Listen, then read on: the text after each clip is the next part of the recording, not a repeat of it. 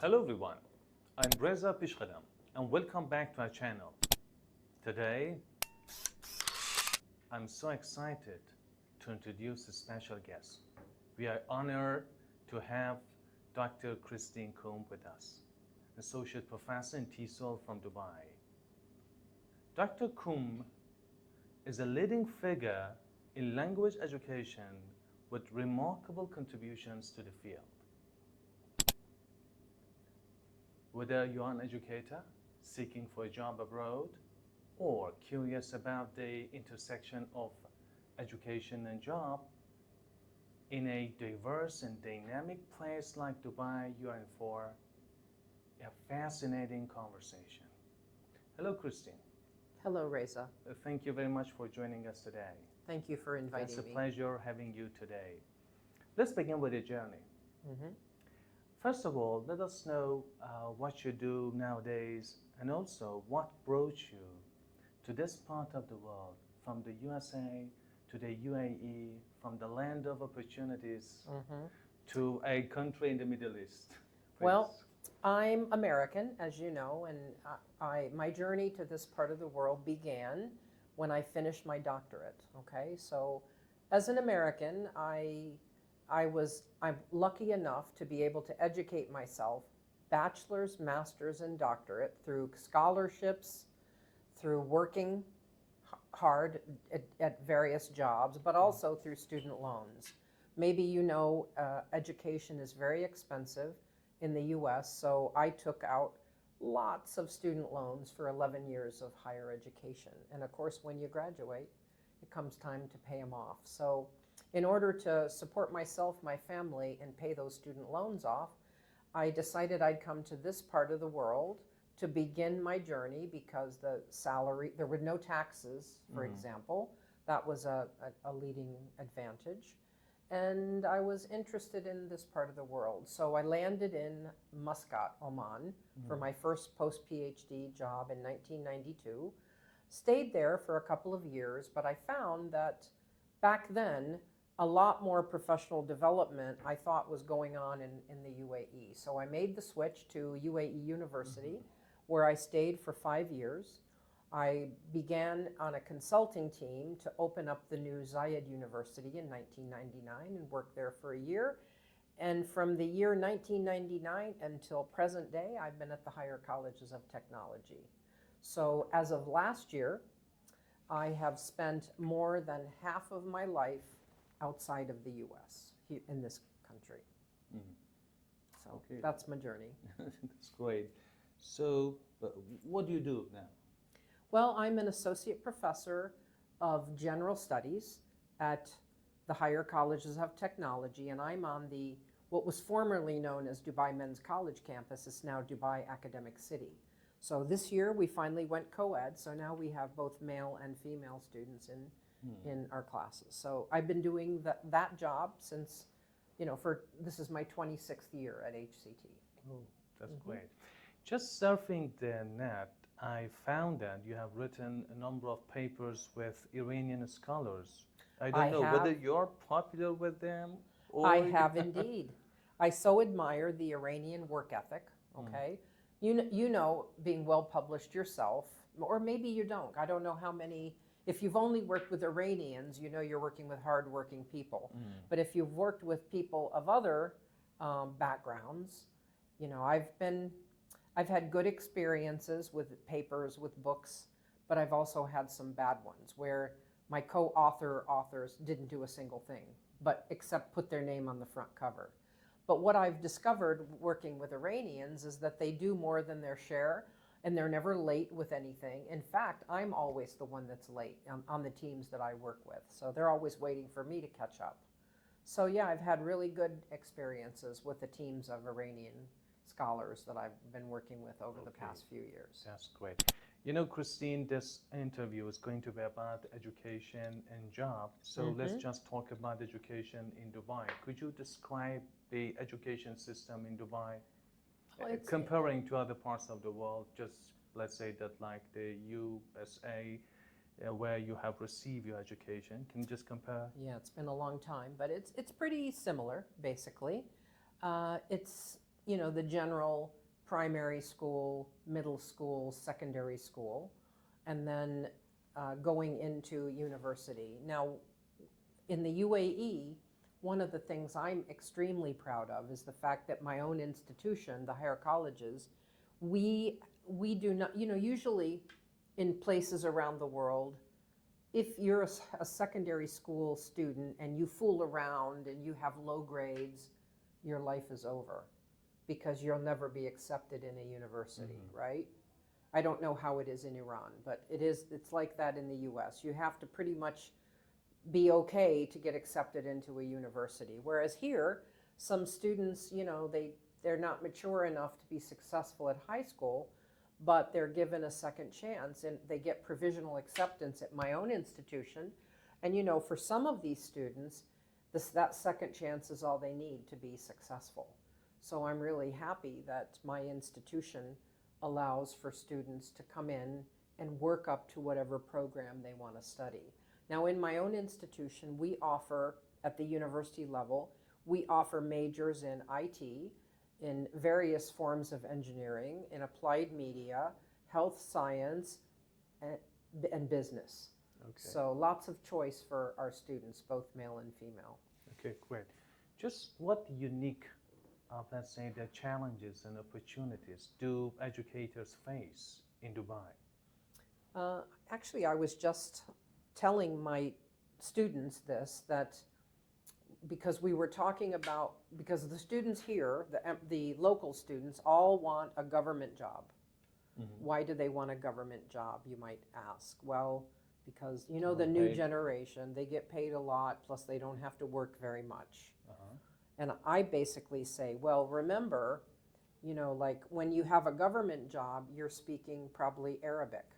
And you don't speak English at home nor at work, so what's going to happen to your English after all these years of, developing good English language skills? You're going to lose it because you want to get off at 3:30 in the afternoon instead of 5, this kind of thing. So I think I basically told them, in working in this part of the world, I have the advantage of working with academics, different faculty from all over the world.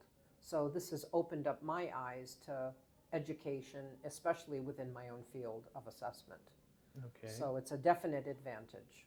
Okay, great. Could you just talk about universities here? What are the top universities in the UAE or Dubai? Well, we have the 3 the federal universities, my own higher colleges of technology. We have Zayed University and we have United Arab Emirates University. Those are the federal. Those are all government funded, and the students who study there they go for free. They're all on like a scholarship of sorts. We have a lot. So national students or international students? Well, it's mostly locals, national students, but now there is word that we're going to be accepting students from other countries. With scholarship? Yes, we have a group of like 37 or so students from Ethiopia that are all on an engineering scholarship that started a year ago. So hopefully we're going to have more of that as well, students going through the various programs. And that's been a successful pilot. We have other private universities. Of course, there's American University of Sharjah, University of Sharjah, Canadian University of Dubai, Middlesex, Lancaster, or is it Leicester? Leicester. So I know I'm forgetting a couple. British University in Dubai. Lots of choice here. Okay, good. Yeah. What are the, let's say, the top majors here to study? Well, business, engineering. Yeah, business, engineering, and IT, I would say. Business, engineering, and IT. Okay, they can just offer, hefty salaries for that? Well, we have an interesting phenomenon here that lots of times a student will get a degree in engineering, but then will go work in a bank. They don't necessarily want a job in the subject that they're studying. I think that, in the past, salaries were very high for the local people. And just by virtue of being a local, being born here, they were assured of having a good career path, a good job, good starting out salary, a good job, etc. But I think that that's not no longer the case. I think, you know, there's a lot of competition amongst our students to get the jobs that they want, and there's not as many cushy, highly paid jobs as there once were for our graduating students. Okay, just you're talking about job opportunities. Could you just talk about job opportunities for educators from other parts of the world? Again, I think that's the same. Before it was I mean, it's, you know, thank God here is a great place for teachers to work. Teachers are well taken care of. Salaries are pretty high, although not like, you know, in other positions. Salaries are pretty high, and one of the things I've noticed is that when I was in the States, before I came over here, I'd have a full-time job and then a couple of adjunct jobs and then another evening job, and all that salary from those jobs was enough for me to survive.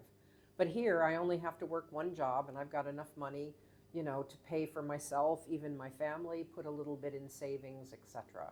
So we're very well treated in terms of salary and benefits. In general, I think instead of getting a free place to live, now you get an allowance to pay for your housing. You get things like a driving allowance to, you know, help you organize transport to and from work or buy a car or whatever. What else? We have good insurance package for not only the employee, but for the employee's spouse and kids. We've got, what else? So sorry, Christine, this is just for Americans or just other, you know, Well, we have nationalities? we have a global workforce, basically. In fact, I think at last count, at my institution, there were 134 nationalities of people who work. Oh. In fact, nowadays, there used to be a lot more Americans and Western faculty, but my own institution has now seen the benefit of hiring people who also speak Arabic, and that, of course, Americans, we don't necessarily speak Arabic. So, Okay. I mean, there's still a few of us, but not as many as there were before. Okay, just referring back to the scholarship that just you mentioned, how's it possible just to, you know, secure a scholarship here or just in a kind of fund for studying here? Okay, for studying in a Yeah, bachelor's studying, you know, as a program. kind of a student. Well, the only thing I know of are scholarships for Emirati people. Just There's a yeah. scholarship office in Abu Dhabi, and if students grades are high enough, like at my institution, they can apply for a scholarship to go study in the US or the UK or anywhere they get accepted for a master's or doctorate, if their GPA is high enough. I'm not sure I know of any other, unless you go institution specific and you look up, let's say, British University in Dubai, and they would, of course, offer scholarships to any student who would get, you know, accepted. But you'd have to, I think, probably apply for each individual institution. Okay, so let me just ask you another question about research, just education, publication, innovation, you know, impact. Which one is important now, you know, in Dubai, you know, as a university professor? Well, I think all of the above is important. You know, although teaching loads, I have to say, and I'm not complaining, but teaching loads, I'm on a 20-hour-a-week teaching load. Classes are full, maybe 35 to 40 students in each class. That's a lot of teaching.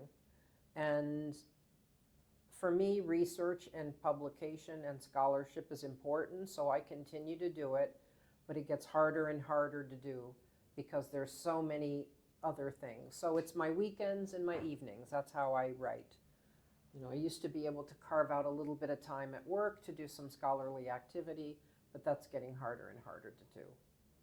Do you have any grants for international students? Not at my own institution, I'm afraid. Okay, not that. Okay, just so all of them are important personally to you. Just my question was about, you know, the government here. Oh yeah, definitely. I mean, these are all on the vision statement for education for 2030. Yeah, definitely. So publication is very important to you. Citations, publications. For me, yes, definitely. But I mean, there are some people at my institution who do the whole, H index and this and that and the other, and that's important. But that this is the thing. What I've often found is that me and people like me, whenever the institution wants to have a metric, they contact me, like, okay, or other people like me. List the number of awards you've gotten this year. List the number of publications, and then you have like 15 minutes to do it. So they want to take credit for what you do, but they don't necessarily want to give you the time to do it properly. Do you know what I'm saying? Mm. So I think in that respect, there are many of us that still do things like this, although we're finding it increasingly more difficult to do it successfully. Okay, just I'm going to ask you two questions related to education. One is education, and the other one is language education. And that's about the future of language. First of all, let me ask you a question about the future of language education. How do you see the future of language education in light of AI? ChatGPT, something like that, technology. Do you think that language education is moribund, dying, or not? I don't, in fact. I think it will take a different turn, but it is by no means dying. People will still have to speak English, okay? Mainly because Americans don't speak anything else, okay?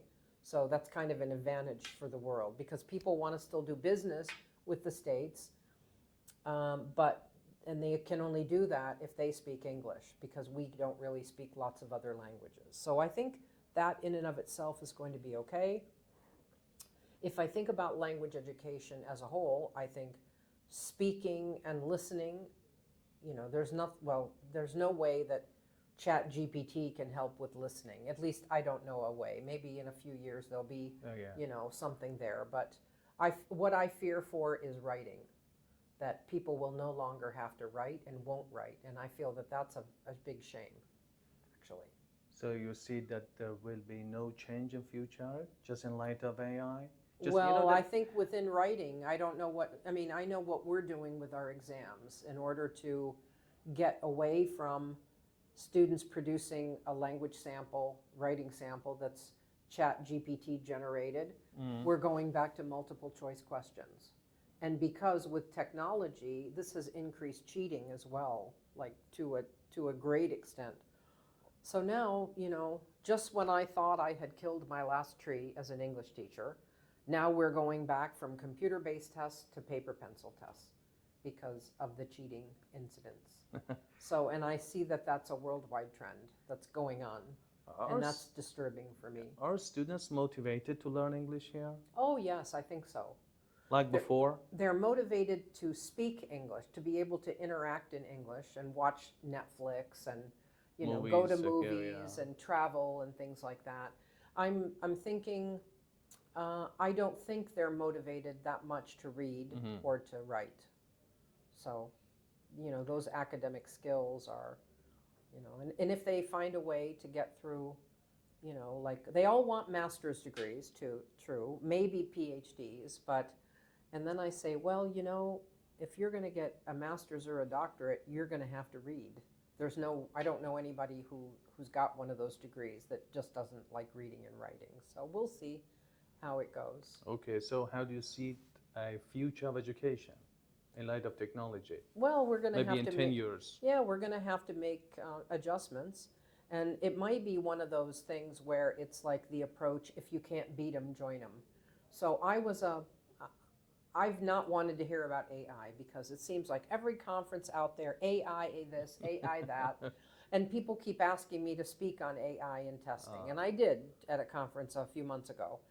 But I think that I'm not going to be so resistant to AI. I'm going to learn about it. I'm going to teach my students how they can use it for good because there are, I wouldn't be so against the whole ChatGPT thing if students would use it for, how it's recommended. But when they use it to produce an essay, or in my class, a survey, the project my research methods students do is they generate a survey with an with some open-ended and some Likert scale questions. And when I see things, some of the submissions I get, I know they're Chat GPT generated. So. Okay. So let me ask you a question about culture here. You know that Dubai is known for its rich cultural diversity. How has working in such a multicultural environment influenced your approach to, let's say, the teaching, curriculum development, assessment, and things that you do here? I think it's influenced me personally more than it has from an educational perspective. From an educational perspective, especially assessment, which is my specialty area, I'm very directed by best practice, okay? And best practice not just here, but worldwide. So I haven't changed my assessment practices to a large extent. Although from a personal perspective, I really admire the way all cultures are welcome here, but yet Emiratis retain their own local culture. It's a very unique type of environment. You know, like at my institution, students have to wear national dress to class. And at the beginning of that directive, the students didn't like it. They wanted to wear their shorts and their baseball caps and things like that.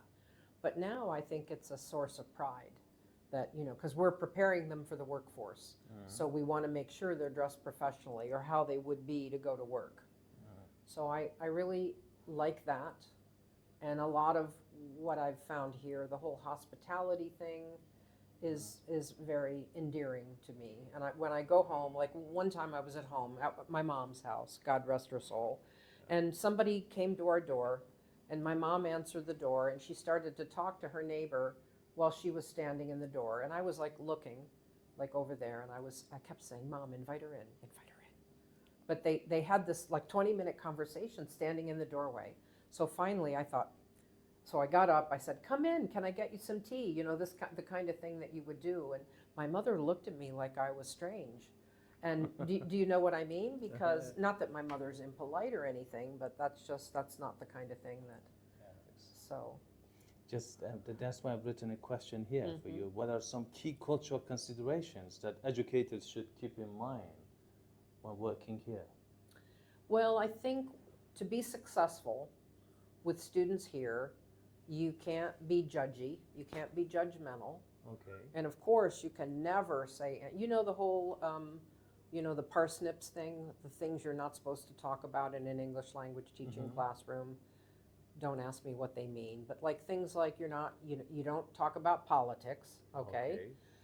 You don't, even though they want to talk about politics. Religion, maybe. Politics, religion, sex, any of the isms like racism, sexism, ageism, whatever. Okay. Lots of different things that you should steer away from. So you want to make sure you respect that. You never ever say anything even remotely against the government. I mean, that's probably a good thing never to do in any country, basically. Okay. So yeah, those are some things you have to be careful with, or your job will be short-lived. Okay. So here, just let me see and check. And just a personal question I've written here.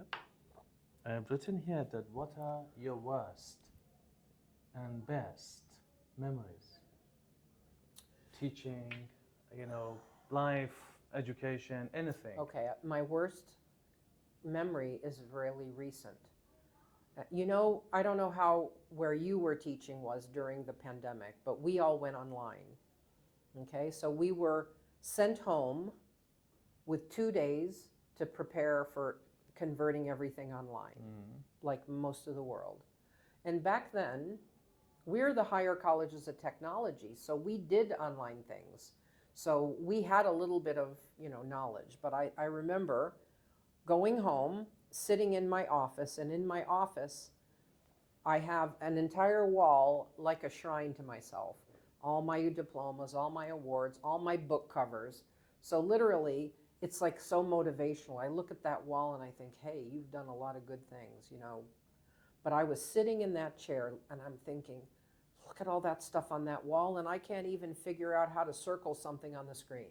It was one of those moments where I felt like I was 19 years old during my first class. So a student figured it out on the Blackboard Learn, and he sent me a private message, and he said, with a screenshot, and he said, to circle something on the screen, click on the whatever it was at the top, and then that's how you do it. And I'm thinking, oh my God, a student is showing me what to do.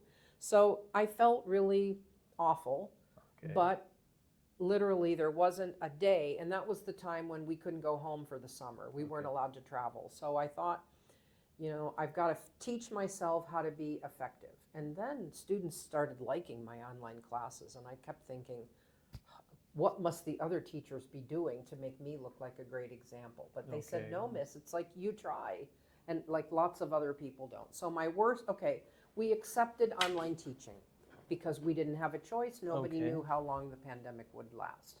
But we had some rains. Do you remember the rains we had in Dubai a few months ago? We had these huge rains. Yeah. So we had another 2 days where we went online. Oh.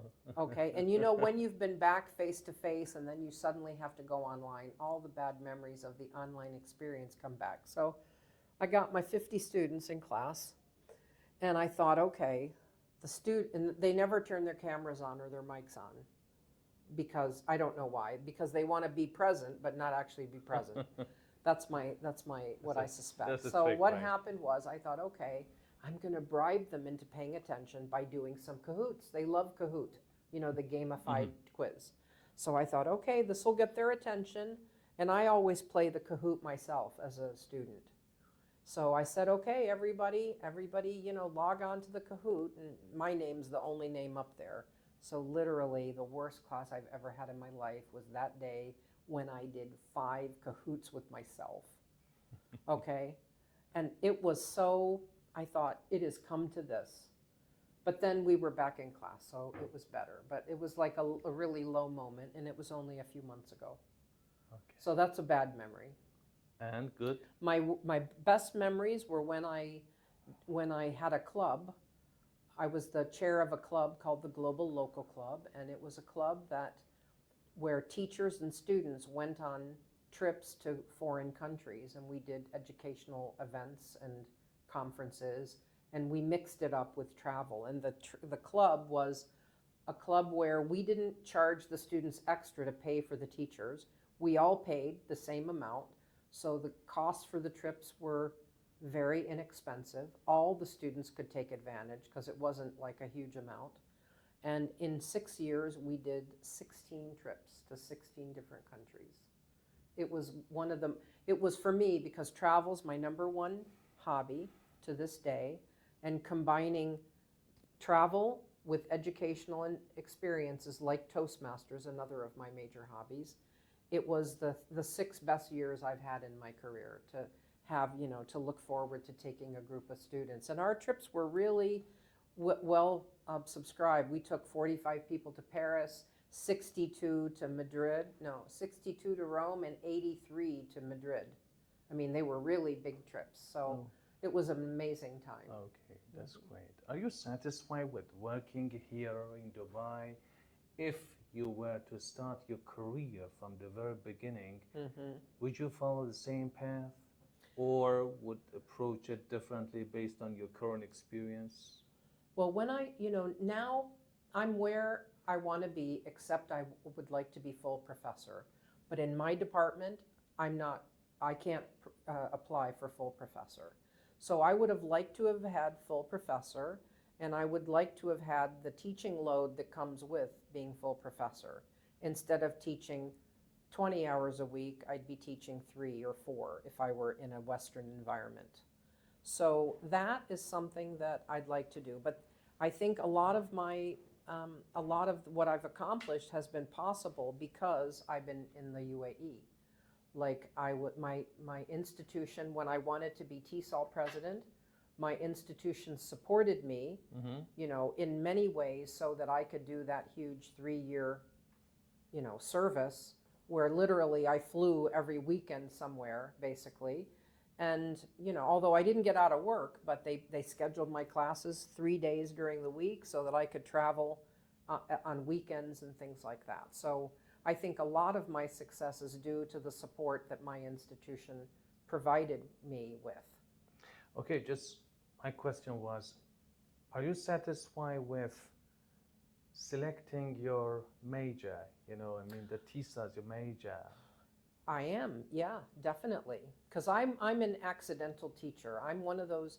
I did not have anybody to advise me when I was young. I'm the only person in my family with a college education. I had no clue.